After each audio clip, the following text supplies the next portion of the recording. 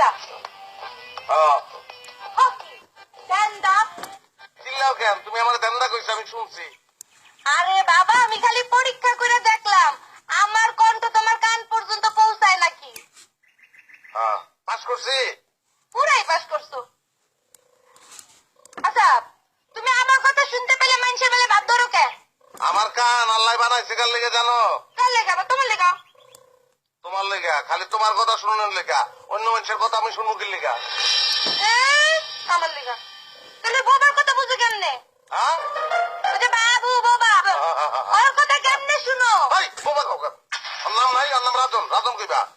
আর ওর চোখের দিকে চাইলে আমি ওর কথা বুঝি, বন্ধু না। আমার ছোট্ট একটা পরীক্ষা করবা। কেমনে? জুড়ে, অনেক জুড়ে কও আই লাভ ইউ। আচ্ছা,